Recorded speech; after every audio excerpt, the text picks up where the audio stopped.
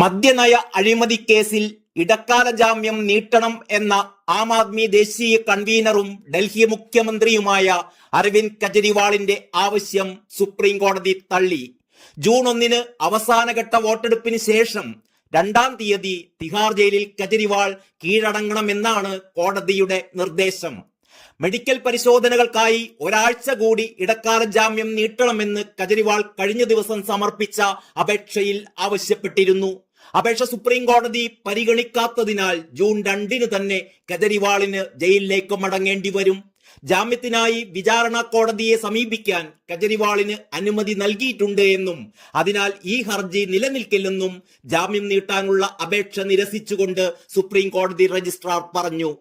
June 9 കീഴടങ്ങാമെന്നാണ് കഴിഞ്ഞ ദിവസം നൽകിയ അപേക്ഷയിൽ കെജ്രിവാൾ വ്യക്തമാക്കിയിരുന്നത്.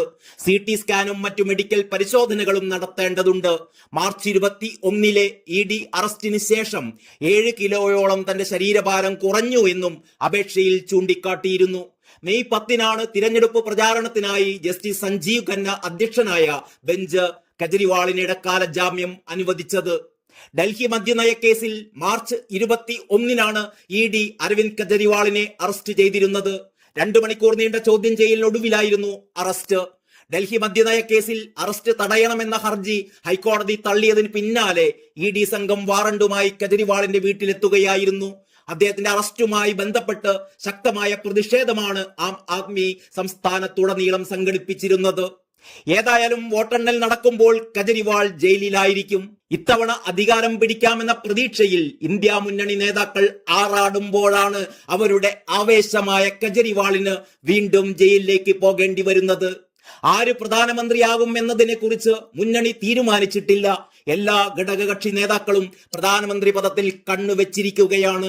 അധികാരം കിട്ടിയാൽ പിന്നെ അടിയോടടിയായിരിക്കും.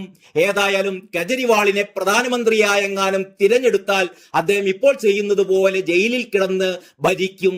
മലർപ്പൊടിക്കാരന്റെ സ്വപ്നം പോലെ ഇങ്ങനെ ഒരു യമണ്ടൻ സ്വപ്നവുമായിട്ടായിരിക്കും കെജ്രിവാളിന്റെ തിരിച്ചുപോക്ക്. തിരഞ്ഞെടുപ്പ് പ്രവചന വിദഗ്ധരെല്ലാം പറയുന്നത് നരേന്ദ്രമോദിയുടെ നേതൃത്വത്തിൽ BJP വീണ്ടും കേന്ദ്രത്തിൽ അധികാരത്തിൽ വരുമെന്ന് തന്നെയാണ്. സീറ്റിന്റെ കാര്യത്തിൽ മാത്രമേ വ്യത്യസ്ത അഭിപ്രായങ്ങളുള്ളൂ.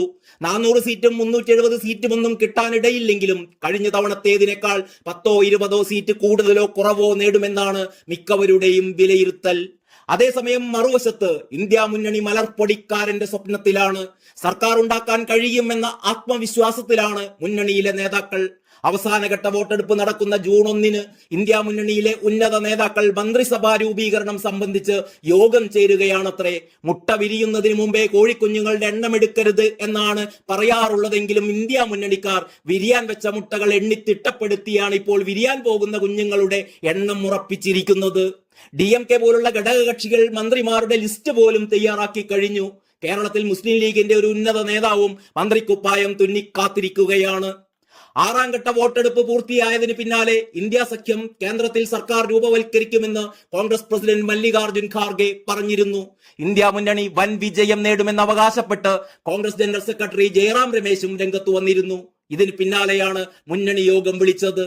അതേസമയം 18ാം ലോക്സഭയിലേക്കുള്ള അവസാനഘട്ട തിരഞ്ഞെടുപ്പിന്റെ പരസ്യ പ്രചാരണം വ്യാഴാഴ്ച വൈകിട്ട് അവസാനിക്കുകയാണ്.